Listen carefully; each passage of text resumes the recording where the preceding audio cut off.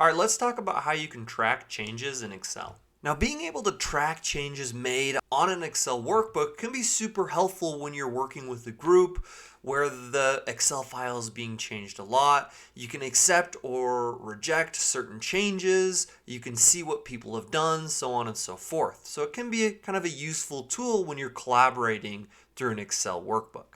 Now here we just have our blank workbook. So in order to track changes in Excel, you're going to have to add an option to the review ribbon in Excel.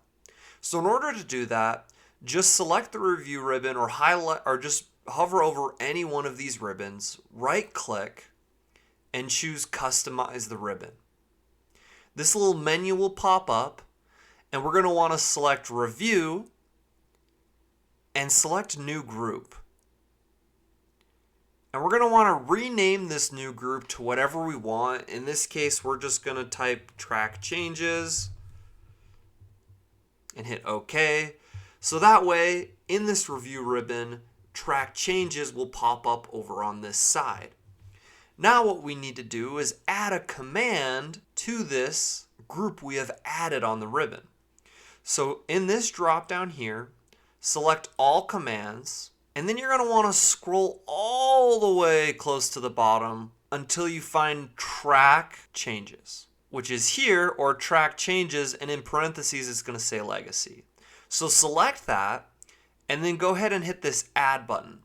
So then basically under this group we had created in this ribbon, this command will form. So at this point we can now select OK. And if we go to our review ribbon, we'll notice that there is now this group or this track changes option here.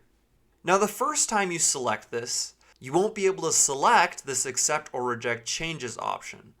So select highlight changes and this little menu will pop up. Now first thing you need to do is select track changes while editing. Now this section is where you can determine what you want to be tracked. So in this case, we'll just leave default settings and then keep this highlight changes on screen selected. And we'll go ahead and hit OK. Then it's going to ask you to save your workbook, so we'll just go ahead and save it real quick. So now in our blank workbook, if I say I type 200 in here or 500 here, you'll notice that in every cell that changes, it's going to highlight with this little triangle in the right corner. And if I hover over it, it's going to tell me what was changed. As you can see, Chill or Chillinator, which is my username, made this change at this time, changed cell B3 from being blank to 200.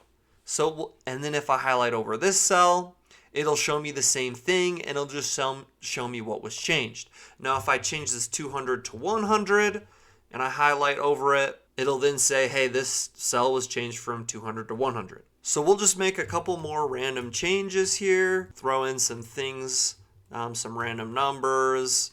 Obviously, viewing each individual change can be kind of tedious, having to highlight over each individual cell. So what we can do is actually tell Excel to show all of the recorded changes on one sheet. So first thing we need to do is save the workbook, go up to track changes, go to highlight changes, and select list changes on a new sheet, and then hit OK.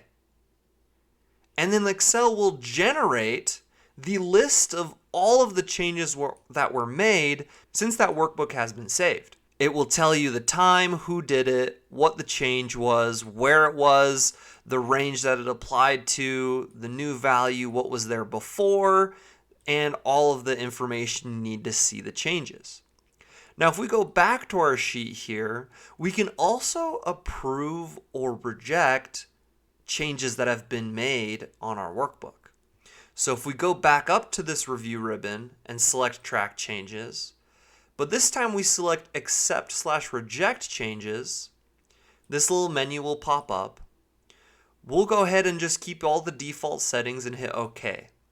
And then Excel is going to say, hey, there are 14 total changes that were made since you last approved or rejected. And it will go through each individual change and ask you to accept or reject it. So for example, if we reject this or reject that option, but we can accept that, it will remove or keep changes that have been made. And we can accept all or reject all, or we can close and visit that another time. But there you have it. That's how you can track and even accept or reject changes made on your Excel workbook. Thank you so much for watching. Please don't forget to subscribe and smash the like button. Thank you, and have such a great rest of your day.